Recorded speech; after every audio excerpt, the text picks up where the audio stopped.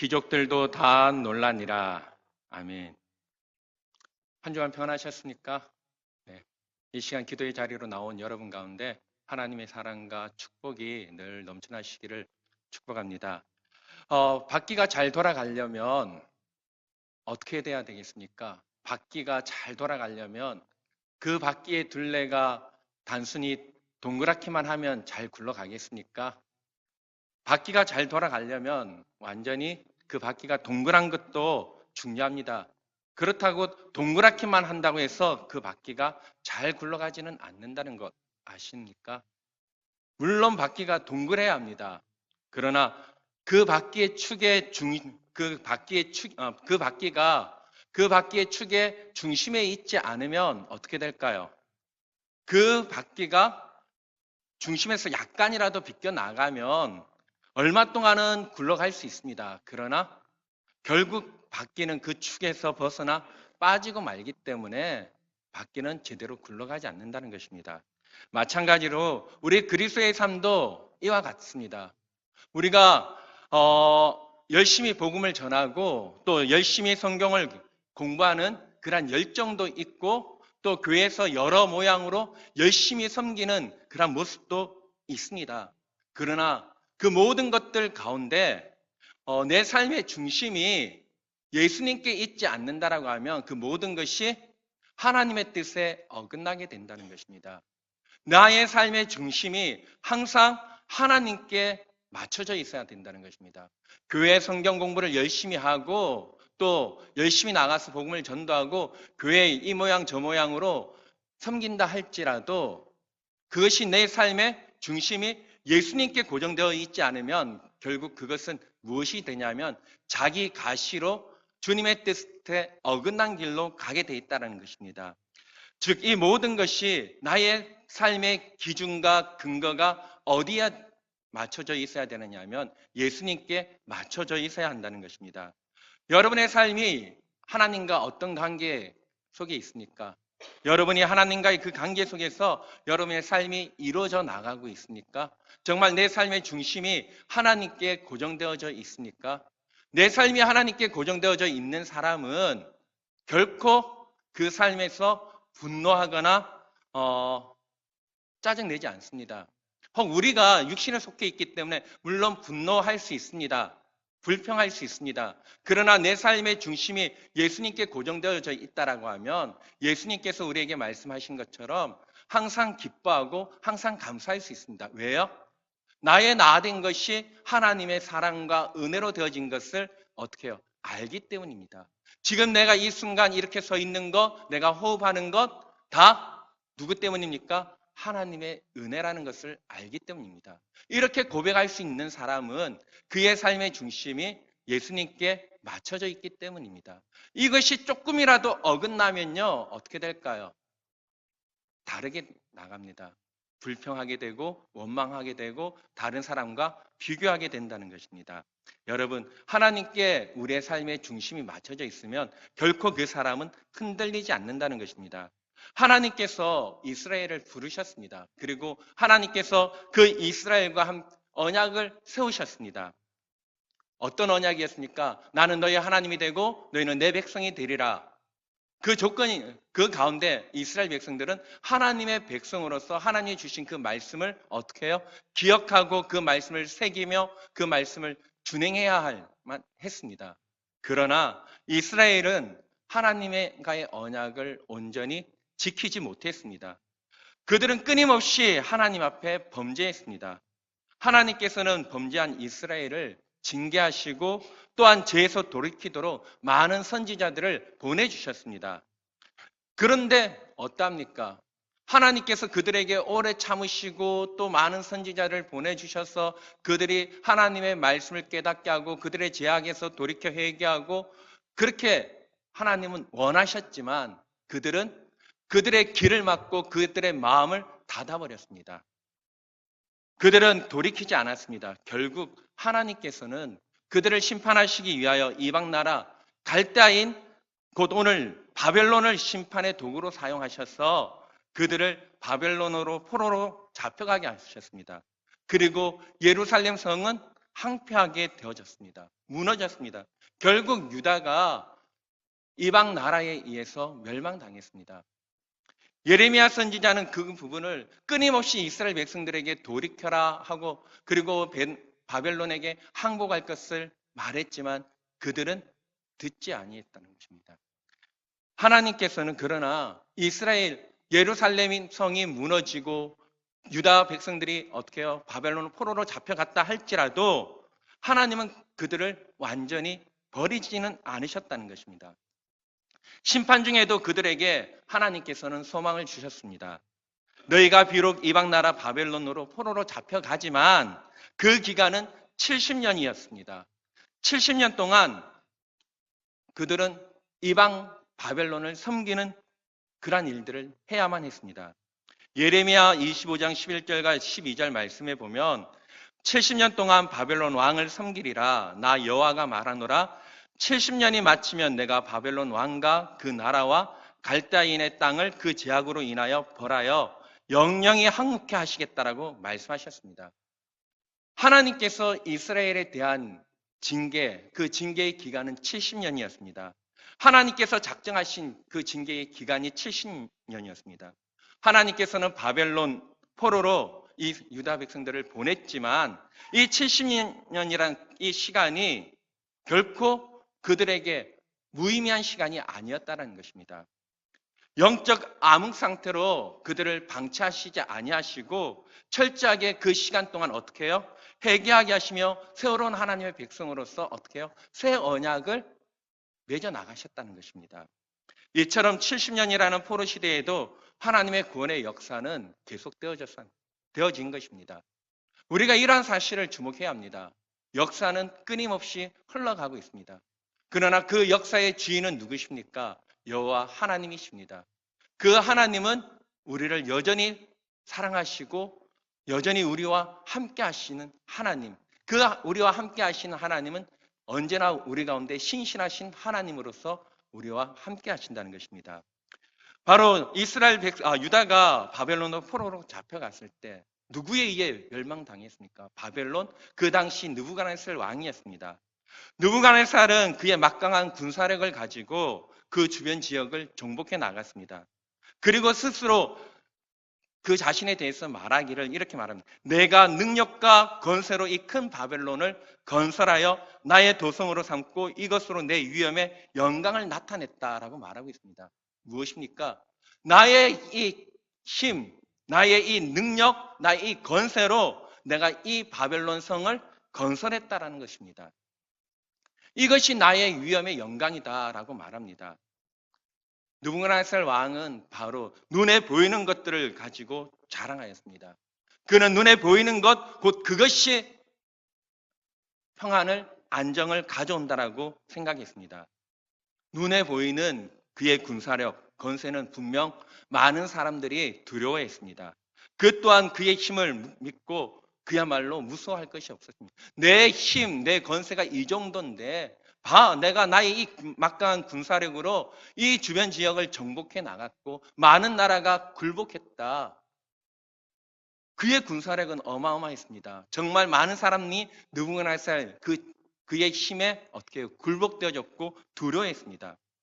이처럼 많은 사람들이 굴복하고 두려워하니까 그는 그의 힘을 믿고 정말 무서워할 것이 없었습니다. 그런데 성경 여러분, 우리가 4장, 5장 앞부분을 보면 어떠한 일이 일어납니까?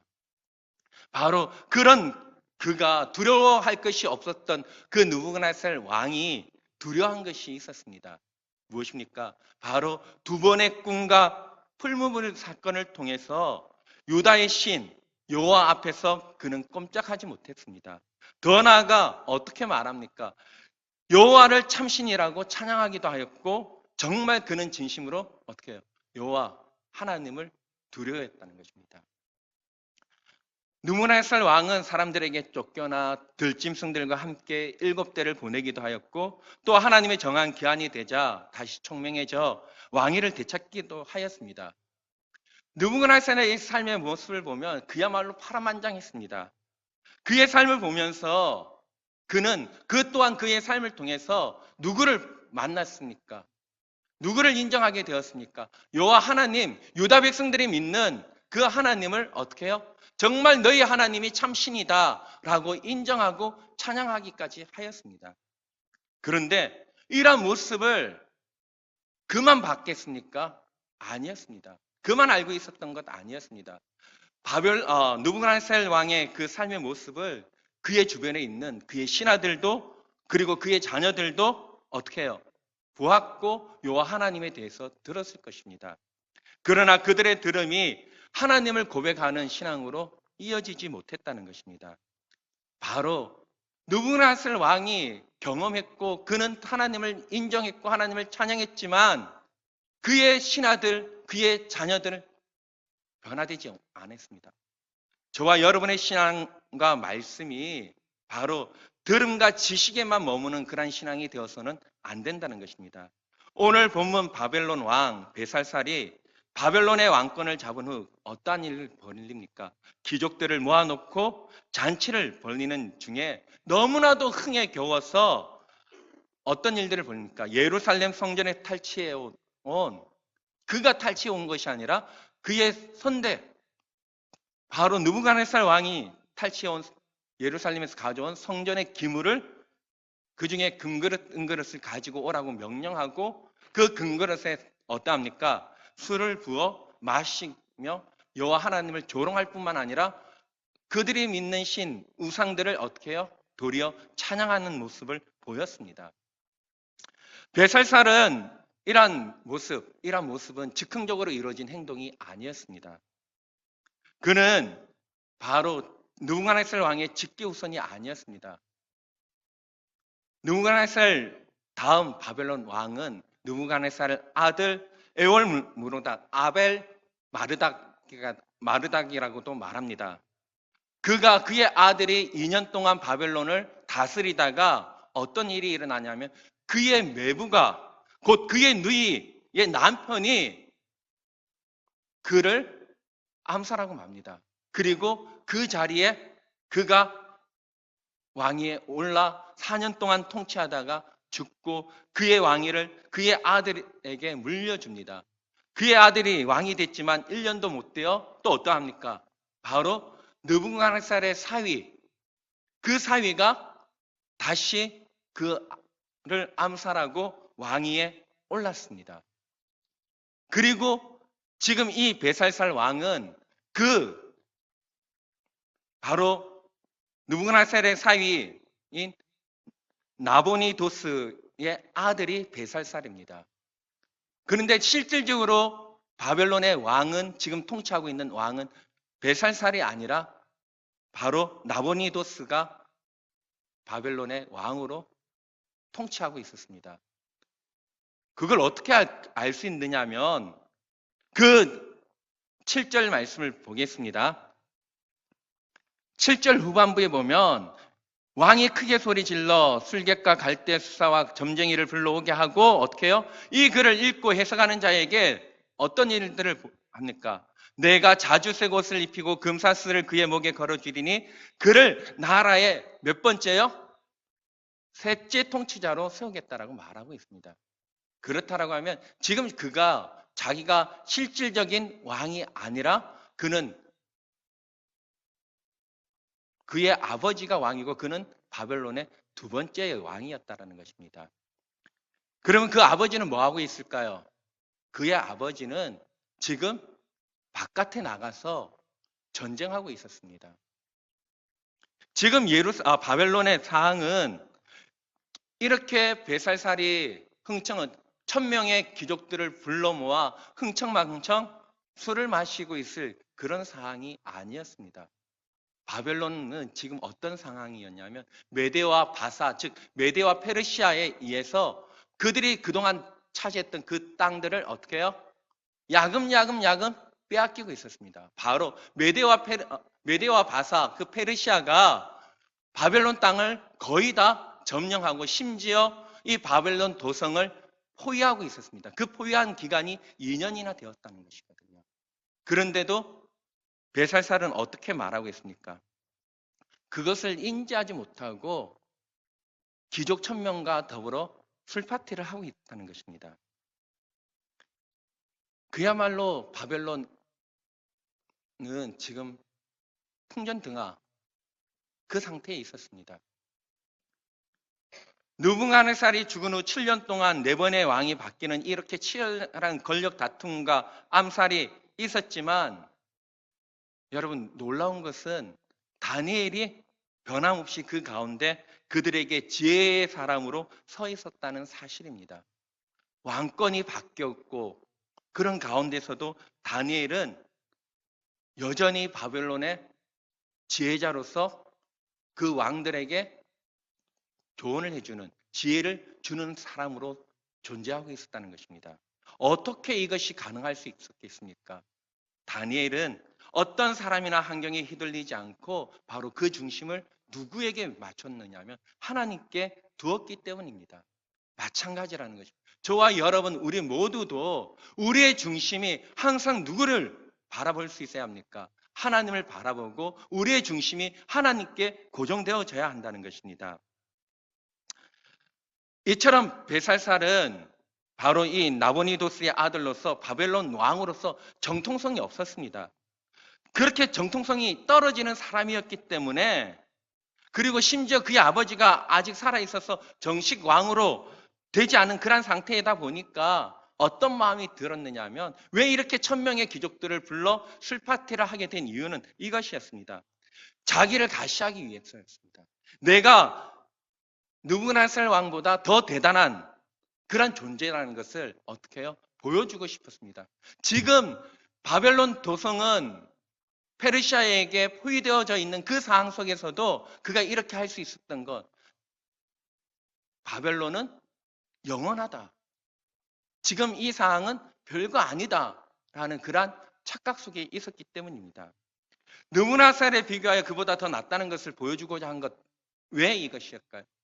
느부갓네살 왕이 말년에 누구를 두려워했습니까? 여호와 하나님, 유다 백성들이 믿는 그 하나님을 두려워했고 어떻게 해요? 그를 찬양했습니다.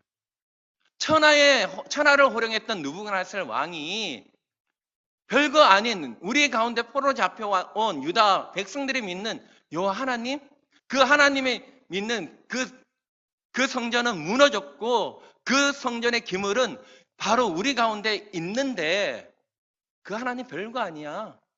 느부갓네살 여호와 하나님 앞에 떨었지만 나는 떨지 않는다. 두려워하지 않는다. 그래서 어떻게 해요? 성전 기물 가져오라고 해가지고 그 기물에 술을 부어 마셨다는 거죠. 이것은 여호와 하나님에 대한 멸시였습니다. 그러면서 자기 신을 찬양하고 바벨론은 영원하다는 것을 가시하고자 했다는 것입니다. 이처럼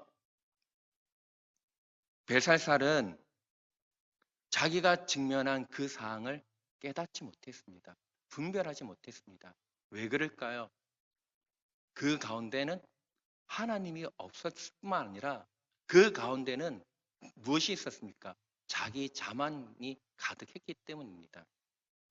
오늘 우리 믿음의 사람들도 여기를 주목해야 합니다. 저와 여러분은 그리스도인입니까?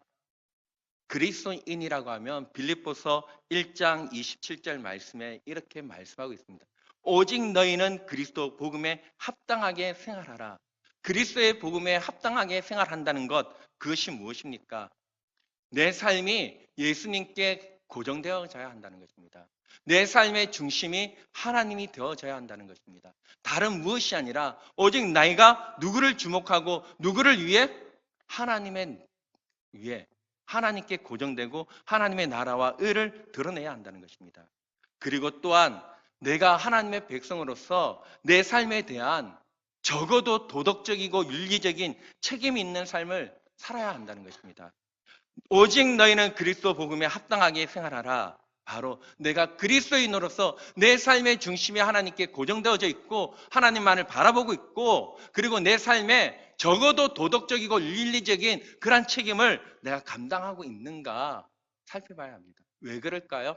우리는, 저와 여러분은, 우리 그리스도인은 세상 속에 있지만 세상에 속하지 않은 존재로서 세상의 빛과 소금이기 때문입니다. 세상 가운데 바로 저와 여러분은 하나님의 어떠하신가, 하나님의 나라에 대한 증인이고 세상 사람들 가운데는 하나님의 나라에 대한 맛보기가 되어야 한다는 것입니다. 여러분, 어느 아이스크림 매장에 보면 또 여러분 마트에 가보면 맛보기라는 거 있잖아요. 이런 거 맛보시고 사가십시오. 그래서 제가 맛을 봅니다. 맛보고 맛있으면 어떠합니까? 사가지 않습니까? 마찬가지입니다. 저와 여러분이 세상 가운데 하나님의 나라에 대한 이런 맛보기가 되어져야 합니다. 세상 사람들이 저와 여러분을 보고 우리 교회를 보고 와, 하나님을 믿는 사람은 저렇구나.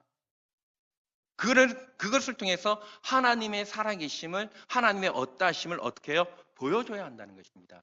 세상은 그리스도인 안에 있는 회개와 죄를 용서하시는 하나님의 은혜와 사랑과 복음의 신비를 그들은 보일 수 없습니다. 왜요? 세상 사람들 가운데는 이러한 복음의 신비가, 하나님의 사랑과 은혜가 그들에게는 가려져 있기 때문입니다.